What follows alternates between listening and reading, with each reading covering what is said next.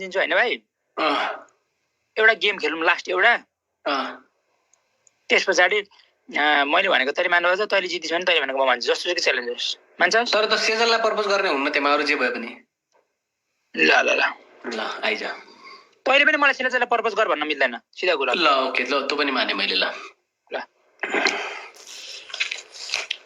Okay आज यसको भएका जति गर्लफ्रेन्डका नाम डिटेल फोन नम्बर सब निकाल्ने गाइज त्यस्तो पर्सनल इन्फो त कहाँ मिल्छ मिल्दैन नि किन मिल्दैन तेरो पनि भन्छस् नि फेरि तेरो यहाँ को तेरो पनि थाहा नि मलाई सबै कुरा के भएको पुरानो पास्ट तैँले पनि भन्छस् नि फेरि हारेपछि त भनौँला हारेपछि त नारायणी नदीको किनार चटपटे पनि भन्छस् नि सबै कुरा फेरि सबै भनौँला न फेरि तेरो पनि त्यो देवदासवाला स्टाइलमा हात खुट्टा भाँचेर कहाँ कसको पछाडि तँ पनि म पनि भन्नुला ल म पनि भन्नुला केटाहरू ट्याप ट्याप गरेर सबैले ट्याप ट्याप गरेर आज गौलीको मा पुरै पोल खोलाइदिउँ त लास्टै गर्ने भयो यार त डबल ट्याप गरेर केटा रोज डेको दिन रोजै हानेनन् केटाहरूले यार बब्लीले अघिदेखि न्यू खोजिरहेको होइन आज यसको पुरै हिस्ट्री पास्ट फ्युचर तेरो चाहिँ आज रोक्न तेरो केटा ट्याप ट्याप गर न यार केटा बब्लीलाई हराउने भन्दैछन् मा यस्तो नगर न यार केटाहरू यार गाइजहरू जसरी पनि आज यसको पुरानो एक्सको स्टोरीहरू सब जुन्ने आज पुरै आज यो लाइभ पुरै रुवात बसिवाल हुने ये आज यो फर्स्ट गयो अरे मलाई कोही त होला नि माया गर्ने यहाँ जिताउने वाला कोही त होला नि कोही त होला होइन सस्पेन्स स्टोरी सुन्न सबैजना रहेछन् बे के तेरो पनि त सस्पेन्सै हो तेरो कुन चाहिँ सबैलाई थाहा भएको बोडकास्टिङ भएको होला र तेरो पनि सस्पेन्सै होला मेरो त युट्युब भिडियो हेरेर सबै थाहा हुन्छ बे यस थाहा हुन्छ केही थाहा हुन्न त मायासाला फटा युट्युब प्रमोसन गर्छस् भन न केटा सबैजनाले मिलेर के हो ट्याप ट्यापै नहान्दिने हेर त यत्रो मान्छेले यार सबैले स्क्रिनमा डबल ट्याप हान्नु पर्यो डबल ट्याप गर गाइज भन्दै हुनुहुन्छ डबल ट्याप गर थ्याङ्क यू बसन्ती बसन्तीले मलाई एक्लै जिताइदिइहाल्छ बसन्तीले अब तैँले अब सब भनेपछि रुम नसफा गरेको लास्टै भयो होइन आज यसलाई बरु नाकमै बाँधेर सुत्न मिल्दैन यो फुललाई thank you Mini for roses thank you Mini फुलहरूको केटा यार 50वटा रोज रे यार 20वटा रोज रे यार केटा गर नि त्यति यार प्लिज यार म भागौ यार यहाँबाट बेइज्जत त नगर नि यार ट्याप ट्याप हान्न के गरेको के यस्तो काई सृष्टिको अलि यत्रो चाहिँ हानौ न यत्रो चाहिँ हानुको अलि ठुलो यो रोज सोच अलि ठुलो छैन केटा हो यहाँ फ्रस्ट्रेटेड ब्रो खै एकजना ब्रो हुनुहुन्थ्यो यार मेरो माया गर्ने मान्छे कम भयो यार संसार सम्झिँदा बब्लीको एक्सको स्टोरी बब्ली एक्सले कहाँ छोड्यो अहिले कहाँ तेरो मैले कहाँ छोड्यो तैँले कहाँ चोद्यो होला नि फेरि मायासला मैले त पुरै कुन होटलमा कतिखेर सब नि अहिले कुन होटलमा भन्छस् नि अहिले अहिले उफ्रिरहेस् कि धेरै नु खोजिरहेस् गाइजहरू ट्याप ट्याप गर न केटा स्क्रिनमा के गरेको डबल ट्याप गर न स्क्रिनमा हेर त त्यो रोज पनि पुरा नहुने भयो यार मलाई जसरी पनि जिताऊ गाइजहरू तिमीहरूको बब्ली हिरो आइडलले के गरेका काण्ड सब निकाल्छ आज सबका पर्दा फाँस हुने बाबा नि आनेले चाहिँ पर्दा फाँस हुन्छ आज यहाँ पनि त्यही धमलालाई यो गर्ने जस्तो तेरो त परिचालित तू त होइन तेरो धमलालाई गरेको पनि तैँले त होइन कतै आएर पर्दा फाँस हुन्छ गाइजहरू यसको कतिवटा साइड चिक्सहरू छन् सब निस्किन्छ आज त्यस्तो पर्सनल हुन्न डोन्ट बी पर्सनल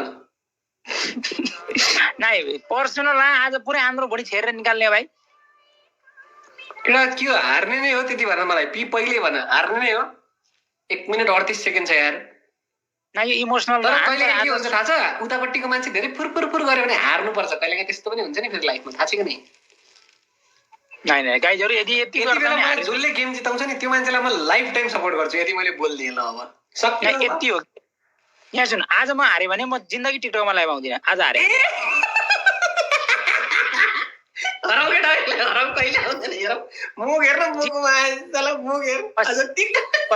कसम जिन्दगी आउँदिनँ टिकटकमा लाइभ जिन्दगी केटा एकचोटि जिताउनु भोलि यसको अनुहार हेरौँला के भन्यो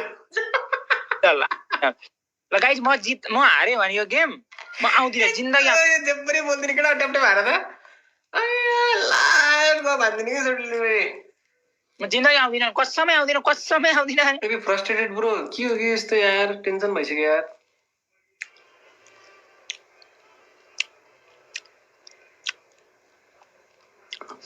के हो यहाँ सबैजनाले त के हो तिमी बिना टिकटक अधुरो हुन्छ भन्न थालिसक्यो त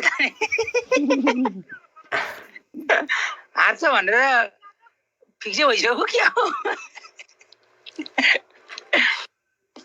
गाई है जसरी पनि जित्न चाहिँ पर्यो होइन। अभी भी यार केही गर न यार, पुरो जित्न लाग्यो यार त्यसले यार।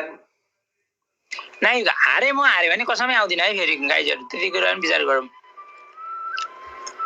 म त्यस्तो छैन नि, मैले पनि भन्न सक्थेँ नि यस्तो इमोसनल डायलगहरू। इमोसनलको कुरो होइन यो त रियालिटीको कुरो हो क्या, रियालिटी। बेस्ट अफ 3 हो रे यो। साँच्चै नै आउँदिन म अनि इमोसनल हानेको होइन नि त।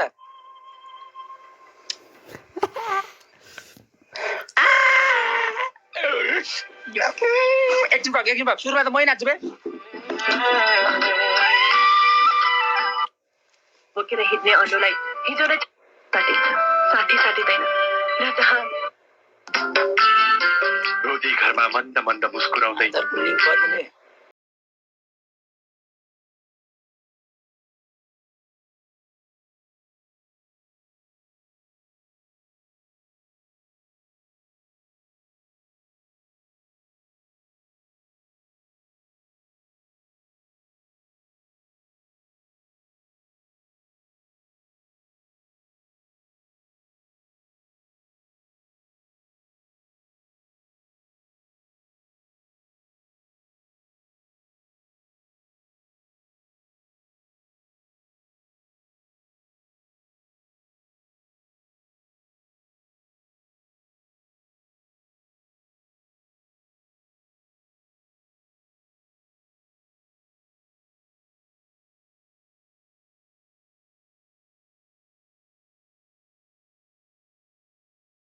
राम्रो हुन्छ अलि विचार कुरा रहे।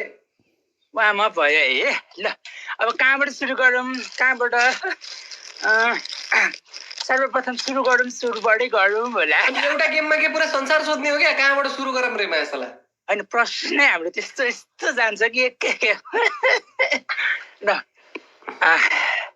विचार पुऱ्याउनुहोस् है गौली सर, फेरि विचार पुऱ्याउनुहोस्। नयाँ नयाँ स्पोन्सरहरूसित कुरा पनि भइरहेको छ, साँझै पेमेन्ट पनि भइरहेको छ। यो जमिरमा हात राखेर बोल्छु म, आज सत्य बोल्छु म, मलाई बोल्न दिए। मलाई यस्तो बहका भन्न पर्छ। आज म सत्य बोल्छु। तैँले बिहान भात खाइस् खाइनस्? खाएँ। भयो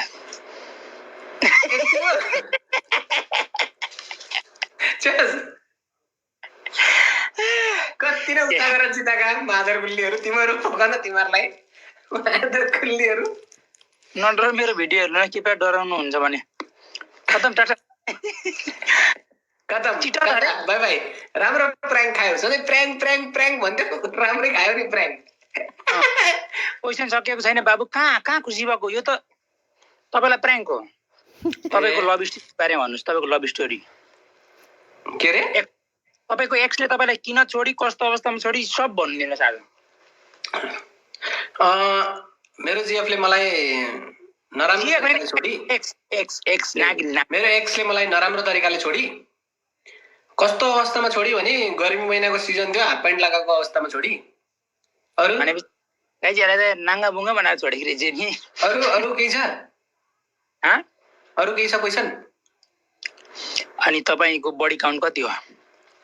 बडी काउन्ट भनेको एउटा म सिङ्गल त हो नि। मेरो डायलग चाहिँ चोर्न पाउँदैन है, म जतिको सोझो हुन पाइँदैन है सर। के हो बडी काउन्ट भनेको? के हो बडी काउन्ट भयो भने तपाईँले अहिलेसम्म कतिजनासँग चाहिँ नि हमला गरिसक्नु भएको छ? कस्तो म त्यस्तो हमला जमला, म त्यस्तो लडाइँ झाडामा इन्ट्रेस्टेड हुने मान्छे होइन। आखिर तपाईँले आफ्नो कसले कसलाई छोडेको अरे, कसले कसलाई छोडेको, कसले कसलाई दिएको, आजको रोज कसले दिएको, यस्तो नसोधौँ। यो चाहिँ पर्सनल कुरा हुन्छ, नसोधौँ। यति कुरा हो कि अब तपाईँले यति भनिदिनुहोस् कि तपाईँको एक्स गर्लफ्रेन्डको तपाईँलाई कतिको माया लाग्छ?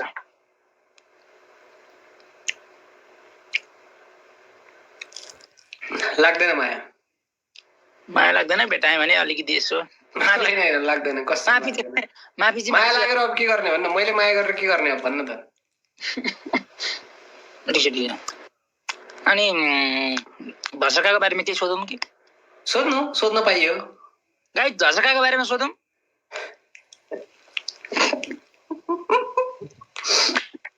अनि त्यो खुट्टा भाँचेको बेला पनि कबीर सिंह स्टाइलमा चाहिँ हिँड्दै जानुभयो कि सवारी चढेर जानुभयो? एउटा खुट्टामा जुत्ता लगाएर गएको, अर्को खुट्टामा प्लास्टर थियो। गाइज यसको स्टोरी सुन्नु है। गर्लफ्रेन्ड एक्सले छोडियो अरे होइन, यसलाई बिट्रे गरे, यसलाई धोका दिई, यसलाई चाहिँ धोका दिइसके पछाडि यो चाहिँ अब पुरा कबीर सिंह स्टाइलमा होइन मेरो प्रीति छ भन्दै यसको स्कुलको गेट हुँदी होइन, स्कुलको खुट्टा भाँचेको रहेछ होइन, कलेजको गेट अगाडि खुट्टा भाँचेको रहेछ। अनि खुट्टा भाँचेको पनि एउटा खुट्टामा जुत्ता, अर्को खुट्टा खाली खुट्टा अरे प्लास्टर यत्रो लाएर त उफ्रिँदै गइस एकै खुट्टा। एउटा खुट्टाले होइन गियर हान्न पनि गाह्रो हुन्थ्यो, पछाडिको भागले एडीले गियर हान्थे। अनि जहिले बाइक रोक्ने बेलामा बिस्तारै एकतिर ढल्काएर रोक्दै के यतातिर खुट्टा त्यो भाँचेको कुरातिर खुट्टा रोक्यो भने त फेरि खुट्टा फेरि अर्को ठाउँबाट भाँचिन्छ। तर गाइजीहरूले जोस् लास्टै माया गरेको रहेछ होइन। त्यस्तो जोस् म कुनै पनि केटीलाई नराम्रो त भन्दिनँ होइन, सबैको आफ्नो एउटा परिस्थिति हुन्छ। तर त्यस्तो केटी भने त्यस्तो मान्छे केटा होस् अथवा केटी होस् जोसुकै होस् है, त्यस्तो बिट्रे गरिसके पछाडि फेरि फर्केर जिन्दगीमा आयो भने त्यसलाई स्वीकार्नु कि नस्वीकार्नु गाइस त्यो भन। तैँले भन्नै पर्दैन नि, म त आफै स्वीकार्दैन नि यार, स्वीकार्ने भन्ने कुरै हुन्न नि यार। मेरो लाइफमा अहिले अरू कोही हुनसक्छ नि। धसका चाहिँ लाउनु मिल्छ, धसका त मिल्छ, धसकामा त नो कम्प्रोमाइज। धसका इज आई लभ धसका। खाना खाने कुरा त भनेको नि थकालीमा बसेर खानासाना खानु मन लाग्यो भने त खाइन्छ। यति हो गाइज होइन। जसले जोसुकै भने लाइफमा एउटा त्यो एक्सपिरियन्स भन्ने कुरा हुन्छ होइन। अनि अब उसले त्यति धोका दिइसके पछाडि उसको एक्जाम हुन्छ होइन, केटा होस् वा केटी होस् उसको एउटा एक्जामिनेसन हुन्छ, त्यो एक्जाममा ऊ फेल भइसक्यो। अरू कुरा गरौँ न सर, अरू कुरा गरौँ न है। होइन आज यो कुरालाई बिट मार्ने हो, गाइजहरूलाई पनि हुनसक्छ नि त। त्यति हो है, लात हान्ने धसका दिने छोड्ने